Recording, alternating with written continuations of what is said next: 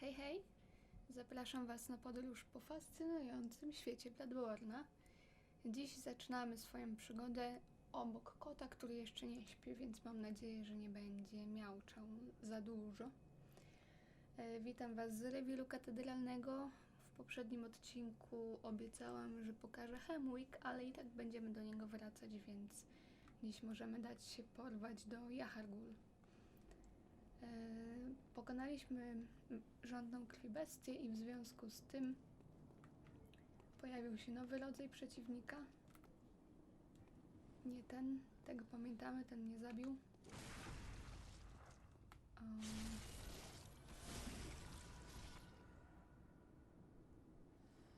Tak, nowy rodzaj przeciwnika, Bugman, czyli Pthumerian pod wodzą szkoły Menzies. Dam mu się porwać. Trafimy w pewne opcjonalne miejsce. Opcjonalne, nie opcjonalne, bo do tego miejsca i tak kiedyś byśmy trafili, aczkolwiek jeżeli zrobimy to teraz, to następnym razem będzie nam po prostu łatwiej. Tak. Znajdziemy się w więzieniu w Yahar'gul.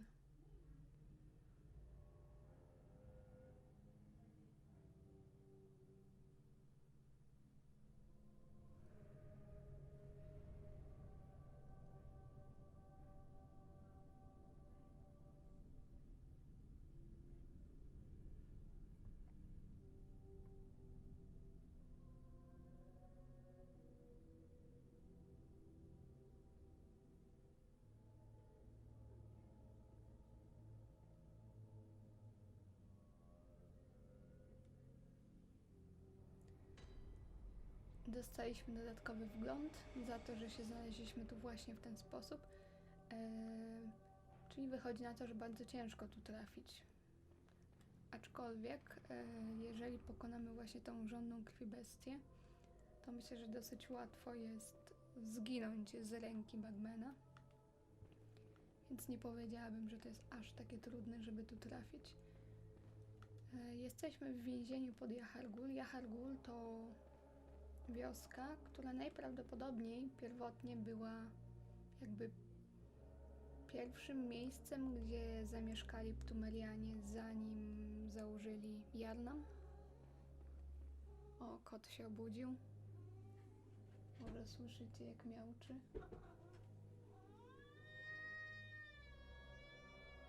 Co ty chcesz? Połóż się.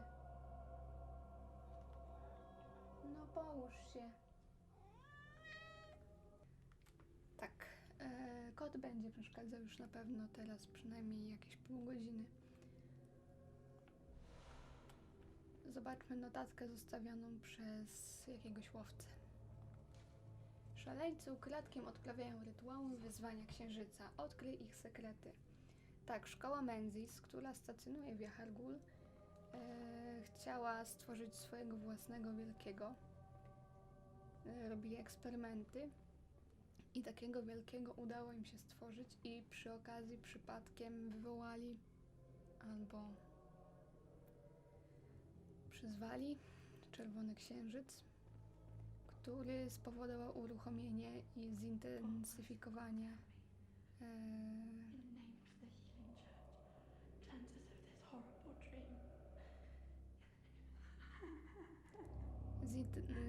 zintensyfikowanie plagi bestii.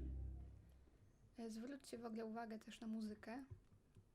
Akurat się wyłączyła, jak o tym powiedziałam. Ale tak, najprawdopodobniej to śpiewają właśnie ci Bugmani i wstawię pewnie gdzieś tekst, bo tak, on jest prawie po łacinie, w sensie jest po łacinie, tylko nie zastosowano odpowiednio prawidłowych zasad gramatycznych. Ale ważne jest to, że jak tutaj wrócimy następnym razem, jak już wepchnie nas tu postęp fabularny, to Bugmani będą martwi i tej muzyki już tu nie będzie.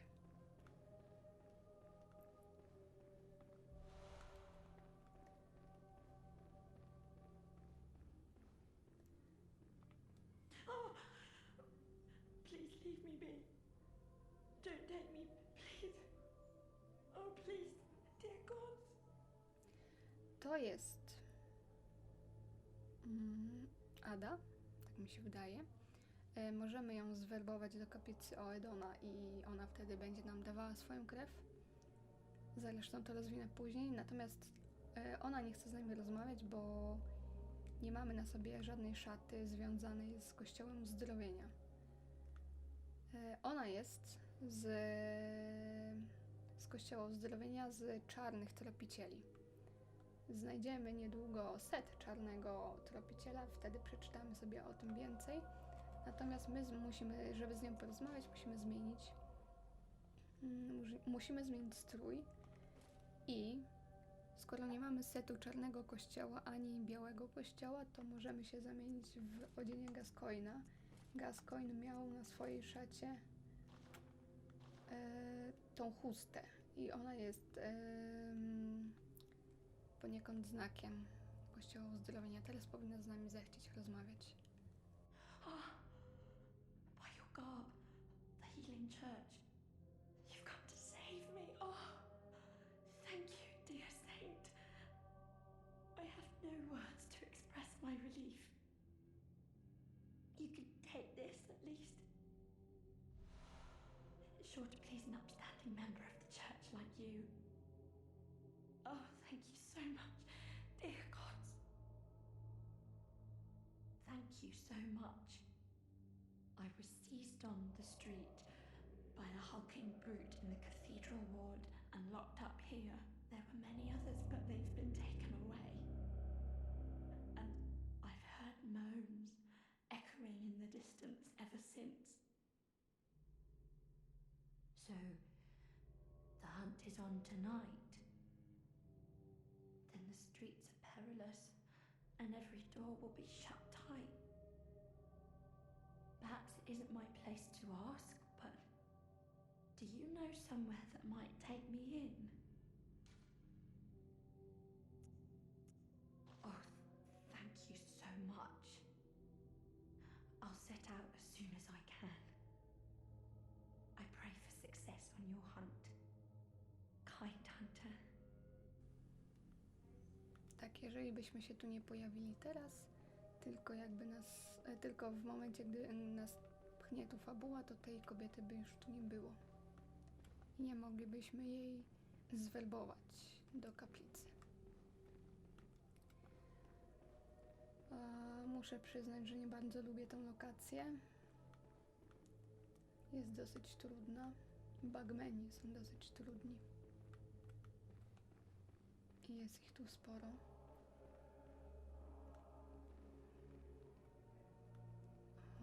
Gdzieś chyba idzie Skitter.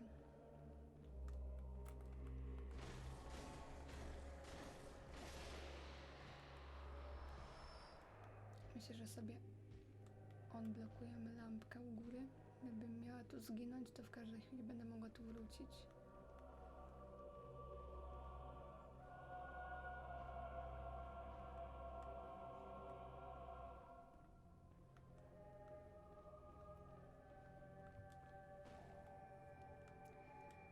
To jest Amydala, jedna z wielkich. Ta wielka, która będzie się pojawiała, jak rozwijemy iluzję tego świata i Amydalę już byśmy widzieli, gdybyśmy mieli odpowiednio dużo wglądu. Zwróćcie uwagę, że ona nie ma lewego przedramienia, lewej ręki. W DNC znajdziemy broń, która opiera się na ręce Amydali, więc może ona dała po prostu swoje ramię, żeby tropiciele mogli stworzyć broń. To natomiast jest ciało jednego z uczniów ze szkoły Menzies. Oni się wyróżniali tymi klatkami na głowie. Podobno te klatki ułatwiały kontakt z wielkimi. Koszmarne rytuały poszukują niemowlęcia. Znajdź dziecko i ucisz jego straszliwy płacz. Tak, przez to, że Menzies wykonał ten rytuał, część z tych uczniów szkoły Menzies została przeniesiona do koszmaru Menzies, a Menzies to jest dziecko wielkich, najprawdopodobniej zresztą dziecko królowej Jarnam.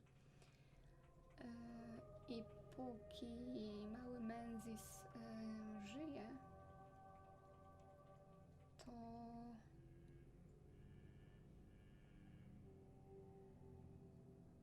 to plaga w dalszym ciągu jest silna.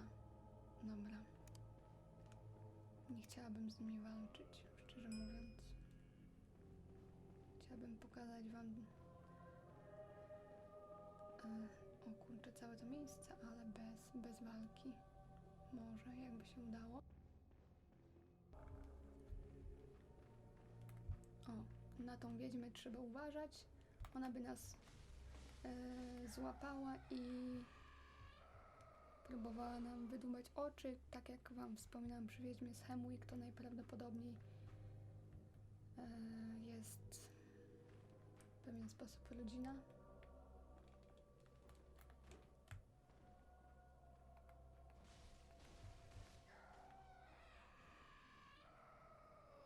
Nawet krzyk mają taki sam.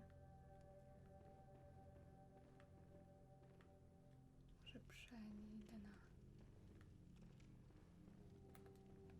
A tu są Jarnamczycy, oni też zostali złapani, by służyli do eksperymentów.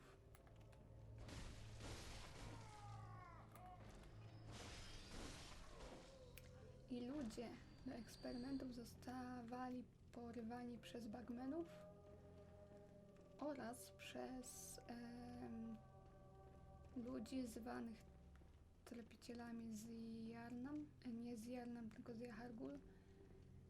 I znajdziemy set i wtedy więcej o tym poczytamy, ale już teraz mogę powiedzieć, że opis tego setu zdradza, że ci tropiciele z Jahargul tak naprawdę nie byli tropicielami. Ich zadaniem było porywać ludzi.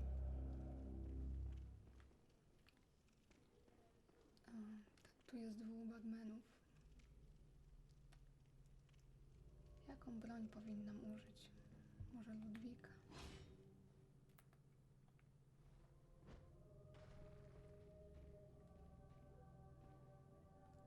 Spróbuję z jednym zawalczyć.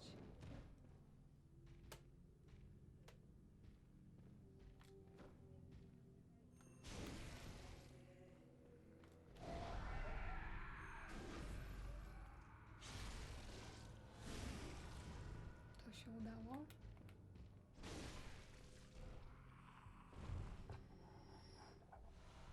Jest jeszcze drugi. I właśnie tu przylazł.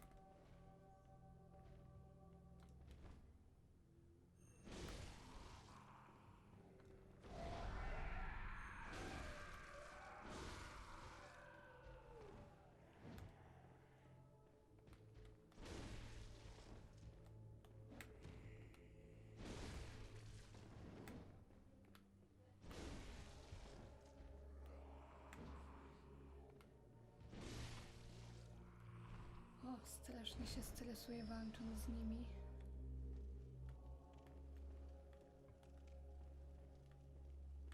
Dobrze.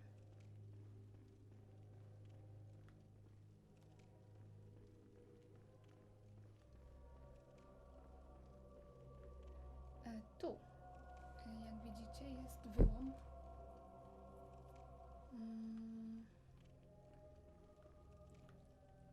I on prowadzi tak naprawdę do bossa, do Parla, tak wydaje mi się, że tak on się nazywał. I myślę, że zaryzykujemy i teraz go pokonamy i jeżeli teraz zrobimy to nie będziemy mogli się tu cofnąć, ale tu na dole jakby mamy już wszystko załatwione. I na Parla, o widzicie, jak tu spadniemy, to już nie możemy wrócić. Na Parla są w sumie 3 sposoby, żeby go pokonać. Na Parla są 3 sposoby. Pierwszy jest taki, że trzeba tam wejść i wywołać mgłę, później z niej wyjść i rzucać rzucać nożami w niego, aż zginie. To jest cheese i jest dosyć czasochłonny. Drugi oczywiście sposób to pokonać go tradycyjnie, a trzeci sposób to sobie pomóc i przyzwać Antala. Zonek, zostaw to. My sobie przyzwiemy Antala, bo tak będzie łatwiej. Natomiast zanim to zrobię, to chyba muszę kota wygonić, bo może mi przeszkodzić. Tak, przyzwiemy sobie Antala. Ja sobie przygotuję ogień. Wdzieję też Henryka, bo ta bestia, z którą będziemy teraz walczyć, ona ma błyskawice. Zmienię sobie broń.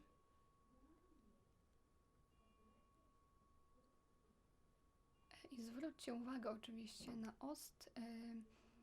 On jest taki, ma w sobie takie elementy trochę egzotycznej muzyki, takie egipskie coś, i może to być związane właśnie z tym, że najprawdopodobniej ta bestia pochodzi z Loran, czyli z takiej pustynnej krainy, która jako pierwsza została całkowicie zniszczona przez plagę bestii.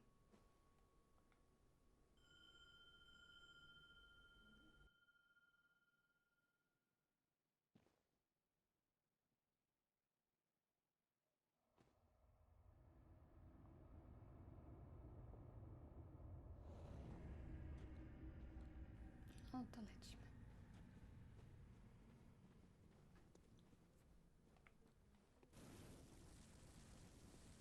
Antal mi tu służy po to, żeby rozpraszać bestię tak naprawdę.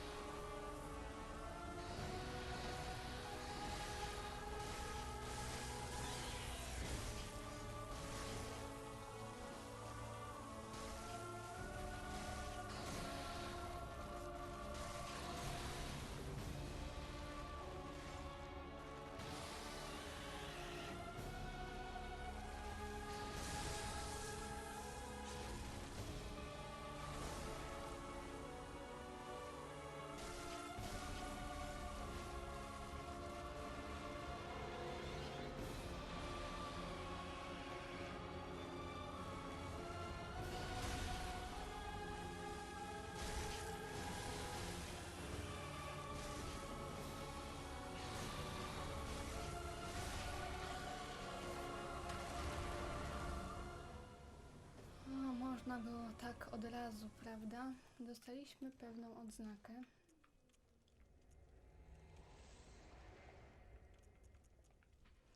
Odznaka wytworzona potajemnie przez Archibalda, niesławnego ekscentryka z Kościoła Uzdrowienia i przeznaczona dla jego przyjaciół. Archibald pasjonował się błękitnymi iskrami emanującymi ze skóry mrocznych bestii. Poświęcił swe życie sztucznej reprodukcji iskier. Opracowany przez niego proces okazał się być ściśle zgodny z metodologią Bürgenwerf. Archibald stworzył papier pioruna, taki podobny papier do tego, co mamy z papieru ognia, oraz stworzył 2 bronie, które są używane przez właśnie tych pseudotropicieli z Jahargul. Archibald w pierwotnej wersji miał istnieć namacalnie w Bloodborne. Mieliśmy najprawdopodobniej dawać mu krwawe kamienie, którymi się żywił. Bardzo możliwe, że się żywił i którym najprawdopodobniej nas wzmacniał. Natomiast on też najprawdopodobniej zamienił się wtedy w bestię i on wiedział, że coś się dzieje tutaj w Jarnam, coś się dzieje w środku Kościoła Uzdrowienia, dlatego tak naprawdę miał się wkupić w łaski Bürgenwerf albo Jahargul, czyli Szkoły Menzies, albo właśnie Laurensa w Kościele Uzdrowienia. Tak, on wiedział, że coś się dzieje i on zresztą też jako druga postać, albo nawet trzecia postać w wyciętych wzmiankach wspominał o mule jeziornym. Wydaje mi się, że muł jeziorny to po prostu takie miejsce, gdzie występuje flora, skąd pochodziła flora. No dobrze, tutaj jesteśmy w Starym Jarnam, czyli tutaj moglibyśmy iść do dziury. Pokonaliśmy bossa, w następnym odcinku dokończymy Jahargul i zaczniemy rewil katedralny najprawdopodobniej. Ja Wam bardzo dziękuję i jak zwykle dzielcie się ciekawostkami. Do zobaczenia!